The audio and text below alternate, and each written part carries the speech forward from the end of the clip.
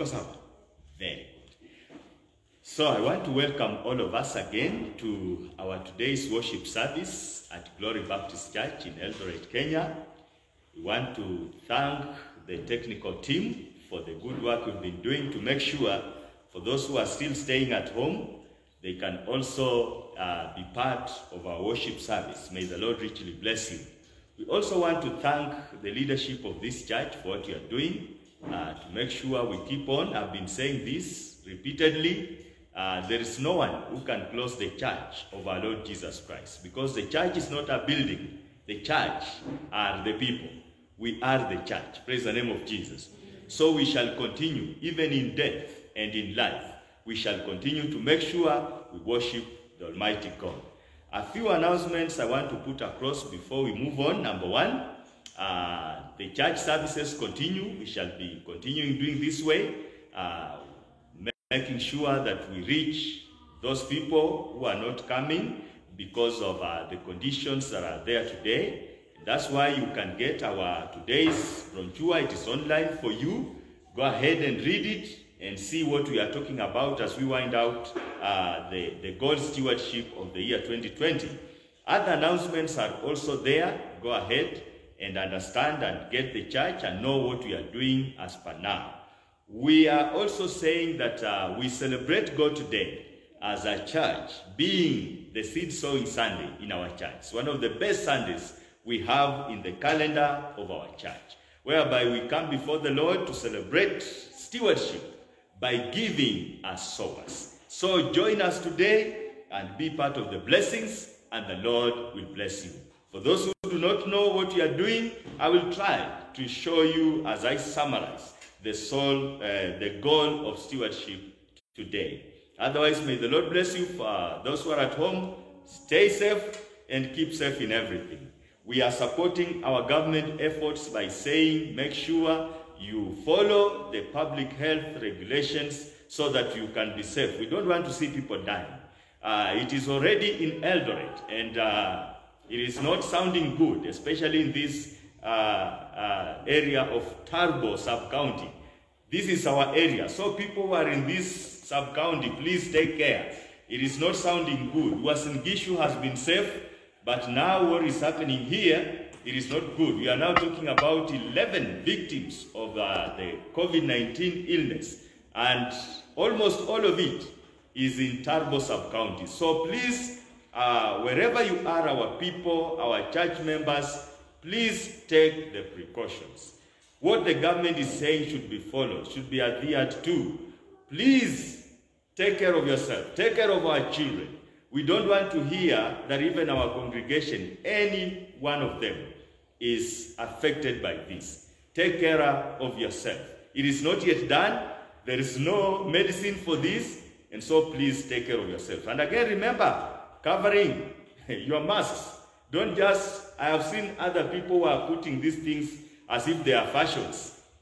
They have a fashion for Monday, for Tuesday, but no, this is not a fashion. It is to take care of you. So please make sure you follow the precautions, and the Lord will bless you. So today I want us to start by singing a song. We have a few of our praise and worship team in the church, and being the Seed Sowing Sunday, let me request those who will not be singing to sit, and I want to welcome our team that is prepared to sing one of our favorite songs in Glory Baptist Church from Psalms 126.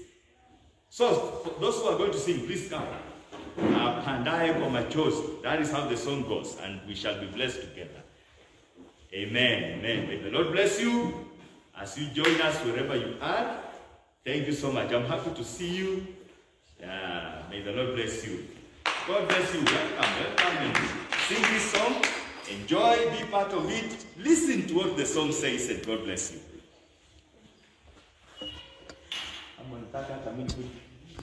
Because I know the song. I excited you going back to go.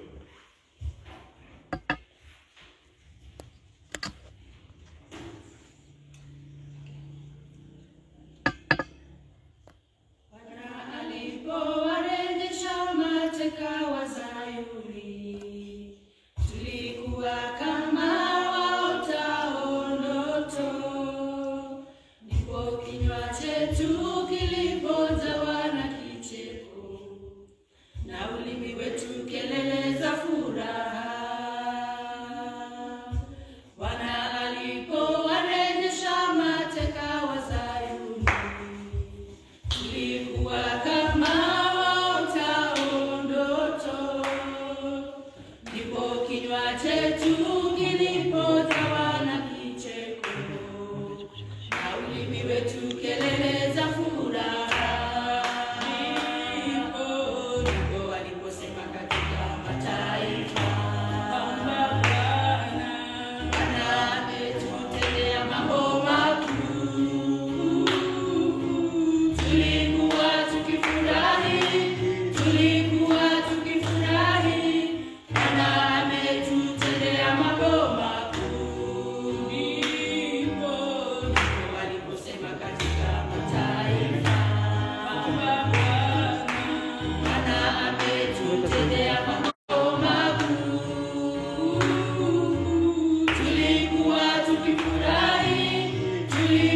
tukifurahi, Bwana ametutendea mambo makuu. Apandaye kwa machozi atavuna kwa furaha, ingawa mtu anapanda akilia. Azichukuapo mbegu za kupanda, atarudi kwa kelele za furaha. Apandaye kwa machozi atavuna kwa furaha, ingawa mtu anapanda akilia. Azichukuapo mbegu za kupanda, atarudi kwa kelele za furaha. Ndipo waliposema katika mataifa kwamba Bwana ametutendea mambo makuu. Tulikuwa tukifurahi, Bwana ametutendea mambo makuu. Ndipo waliposema katika mataifa kwamba Bwana ametutendea mambo makuu. Tulikuwa tukifurahi, Bwana ametutendea mambo makuu. Amen. Amen. Amen. That is exactly where we are today. As we remember what happened with the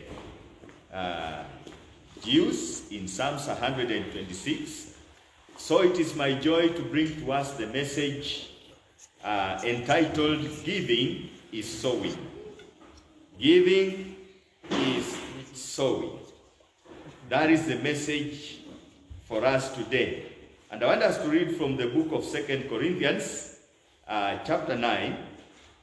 If you have your Bible at home, or even for those who came, 2 Corinthians chapter 9, I want to read from verse 6 to 10.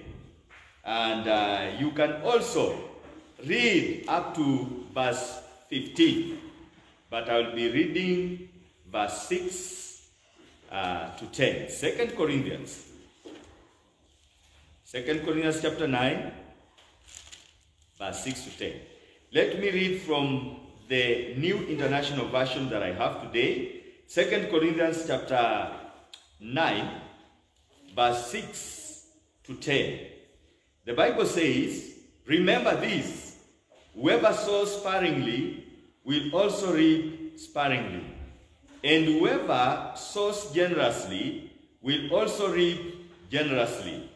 Each man should give what he has decided in his heart to give, not reluctantly or under compulsion, for God loves a cheerful giver. And God is able to make all grace abound to you, so that in all things, at all times, having all that you need, you will abound in every good work." Verse 9. "As it is written, he has scattered abroad his gifts to the poor. His righteousness endures forever. Praise the name of the Lord. Let me read again in Swahili, 2 Corinthians chapter 9, from verse 6.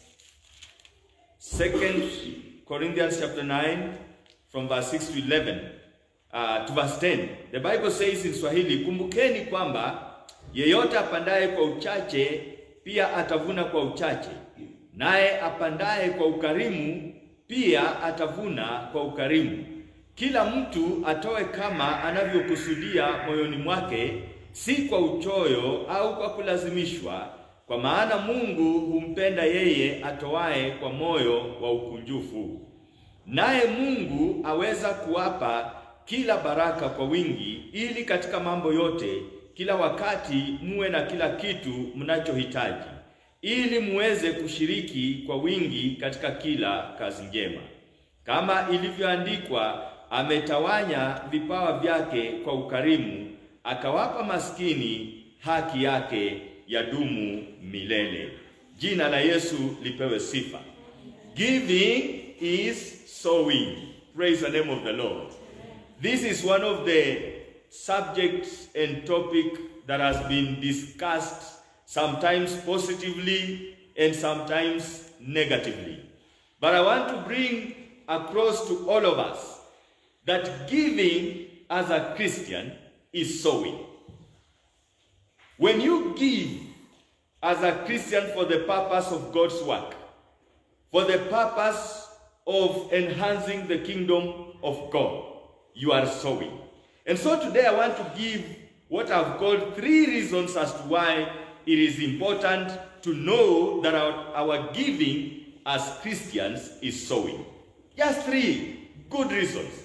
And make sure you get this, because they are going to be of very great help to all of us. We have been dealing with this subject of stewardship from the month of March. And today we are just giving our people, believers in Christ Jesus, especially our church members, an opportunity to exercise what we have been learning on stewardship as givers who give in the kingdom, to sow what they give. Whatever the resources they have when they give, it becomes a seed for their lives, for their people, and even for the ministry. And so we end stewardship. And actually, to me, I don't call it ending. It is just like a beginning, whereby we need to think of what we can do more in the area of faithful stewards before God. So our giving as Christians is not just giving, it is sowing. And that's why we see Apostle Paul in this letter of 2 Corinthians. When he wrote this letter of 2 Corinthians, the desire in the life and in the heart of Apostle Paul is that Christians were excelling in so many areas of their Christian living. But there was a question, there is a possibility the Corinthian churches were not receiving the blessings of giving. You can see this very clearly in chapter 8. Just move behind one page in chapter 8 verse 7. So there is the desire that was in the heart of Apostle Paul. In verse 7 of 2 Corinthians chapter 8, before I read, I come straight away to the scriptures for today. He says, I'm not commanding, verse 7 of 2 Corinthians chapter 8, the Bible says, but just as you excel in everything. As you excel in everything. He says, Corinthian Christians, you are excelling in faith. You are excelling in speech. When you talk, you are excelling. Your talk is good. You are excelling in speech. He continues to say you are excelling even in knowledge. You have the knowledge of knowing so many things. He says even if you are complete in earnestness, the desire to seek the things of God. You excel in that. No question on that. You are doing very well when it comes to seeking the things of God. And in your love for us. Even showing that they love the apostles. They love Paul. There was no question on that. The Corinthian believers were doing very well. But see what Paul is saying. He says, see that you also excel in the grace of giving.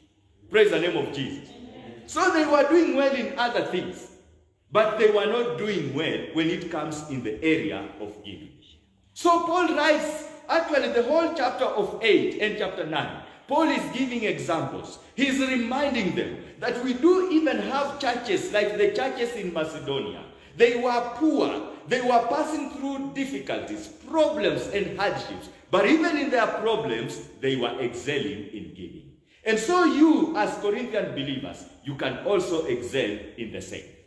So the desire, which was in the heart of Paul, was that, why are you missing the blessings of giving as sowers?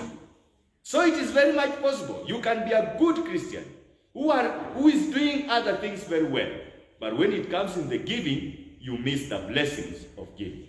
Let me remind us that when we give as Christians, we are sowing. And sowing for ourselves and sowing for the kingdom of God. Praise the name of the Lord. And so the first thing I want us to learn today is that our sowing determines our harvest. Praise the name of Jesus. What we sow is what determines what we harvest. What we sow today is what determines the harvest that will come up. On the other hand, you cannot harvest what you have not sown. And so what you sow determines what we harvest. In verse 7 of the scriptures that we have read, the Bible says in verse 7, Paul says each man should give what he has decided in his heart to give, not reluctantly or under compulsion, for God loves a cheerful giver. What about verse 6? Remember this, whoever sows sparingly will also reap sparingly. And you can find out that Paul is insisting that there is a reap. There is what we harvest when we give as sowers. Praise the name of the Lord. That word reap is very key when you look into these scriptures. Paul says, whatsoever a man soweth, that is the King James Version, that shall he also